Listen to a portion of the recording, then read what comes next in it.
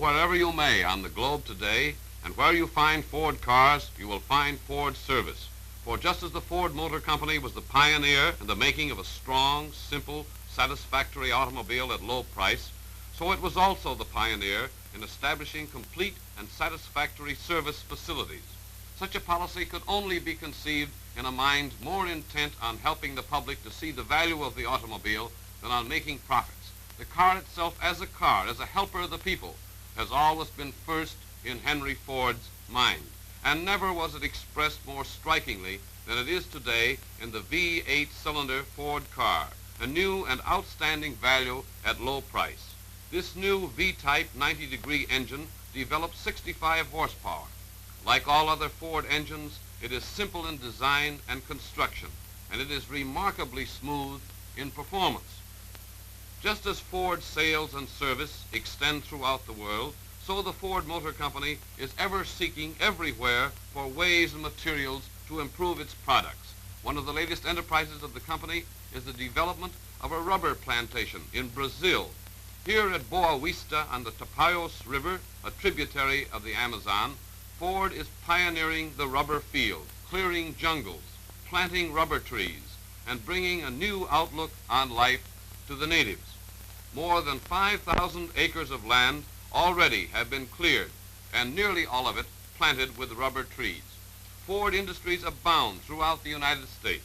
In Kentucky and West Virginia, the company has its own coal mines to provide a uniform quality of coal for the vast coke ovens at the Rouge plant. From mine to plant, the coal is transported by the trainload. It goes into the coke ovens to be converted into coke, gas, tar, oils, and other byproducts. Ammonium sulfate, one of the byproducts, is widely sold as a fertilizer. The company has protected itself against possible timber shortage through acquisition of approximately 500,000 acres of timberland in northern Michigan. It has its own logging camps and its own sawmills and dry kilns, supplying millions of feet of lumber needed for the Ford industries. Again, in northern Michigan, Ford iron mines give up their treasures, supplying thousands of tons of ore for the blast furnaces at the Rouge plant.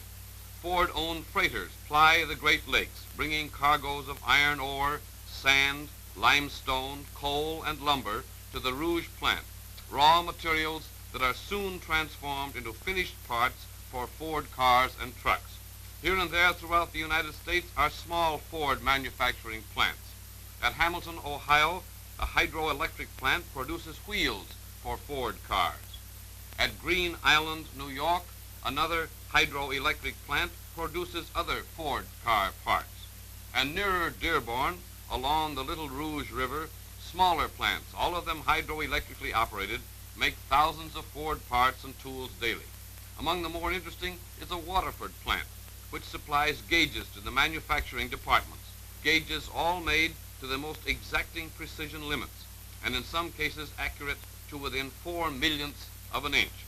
Another of these interesting little plants is this one at Plymouth, where taps are made, tools for cutting internal screw threads, such as in nuts. They are turned out by the thousands daily and in a variety of sizes. And now we approach the great Rouge plant at Dearborn. Let us pause for a moment for a glimpse of the engineering laboratory.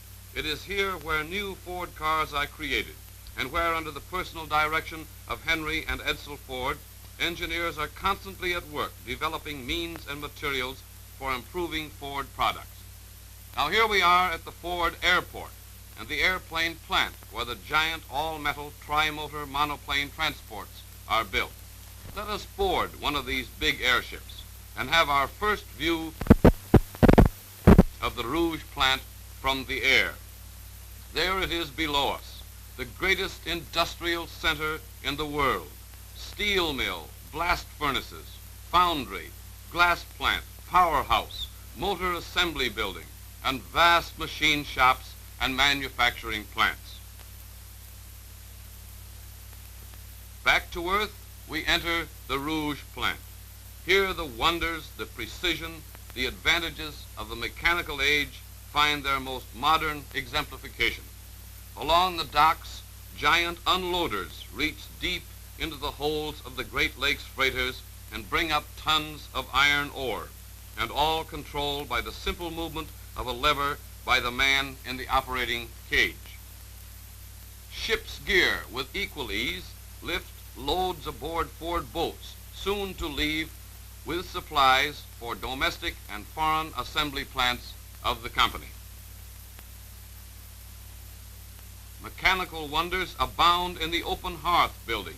A lever is pushed and a furnace tilts forward, pouring its 100 tons of molten steel into the waiting ladle held by a gigantic electrically controlled hand, which carries it off to the pouring dish as easily as one might carry a pail of milk. Here in the glass plant, a mixture of silica sand, limestone, soda ash, etc. is dumped into a furnace and comes out molten glass to be rolled into a 400-foot ribbon, then cut, ground, and polished to make safety glass for Ford car windows and windshields. In the spring and upset building, we see springs in process of manufacture. This is how they are tested. Now we move into the pressed steel building. Here we see a giant press. Responding to the touch of a man's finger on a button, it exerts tons of pressure in stamping out the section of a car body. Everywhere about the plant are interesting mechanical scenes. In this department we find machines which automatically make small parts, almost uncanny in speed and in accuracy.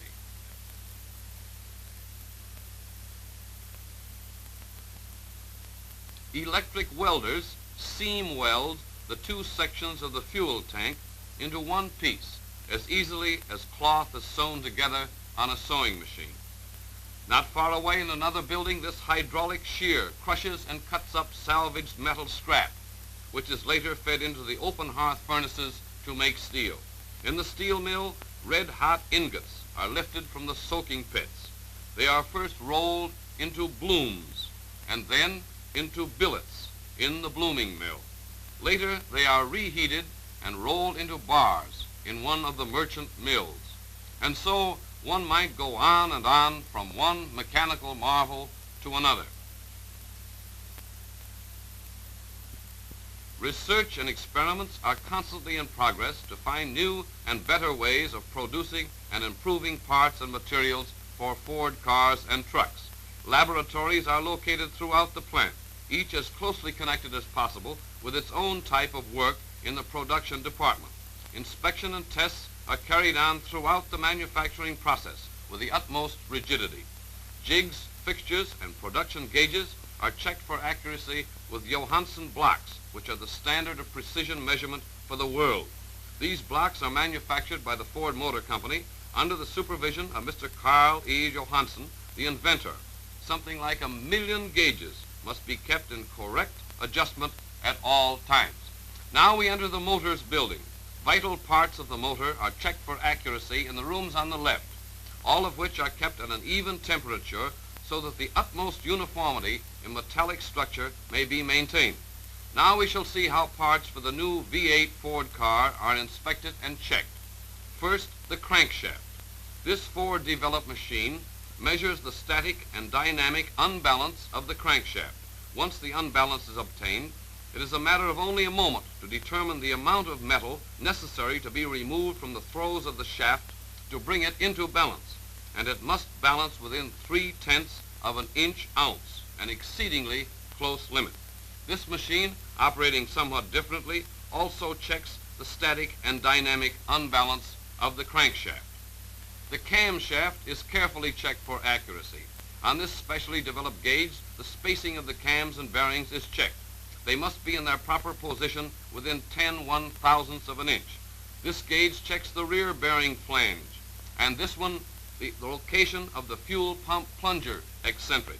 Both are held true within 10/1000ths of an inch.